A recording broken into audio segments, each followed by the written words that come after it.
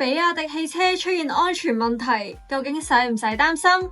？Hello，我係 Chloe， 今日等我同大家傾下比亞迪啦。最新公司喺內地召回超過11萬架汽車，涉及部分唐同埋元 Pro 純電動汽車，主要由於元器件設計選型同埋生產製造問題存在安全隱患。值得留意嘅係，今次唔係第一次召回汽車。2024年9月底，公司亦都宣布召回部分汽車，但係股價不跌反升，加上係公司主動收翻啲車，而唔係等到出咗意外先咁做，相信對股價影響相當有限。至於中線方面，大行繼續睇好。Morgan Stanley 話，雖然比亞迪喺國內增長動力放緩，但睇好海外市場成為新增長動力，預計實現到90萬至100萬架嘅全年目標。大摩相信，隨住更加多嘅車型喺海外推出，公司下年可以喺更加多嘅新市場，例如印尼、土耳其、馬來西亞等，拎到更多市佔率，維持對比亞迪增持評級，目標價睇130蚊，即係潛在住有超過20%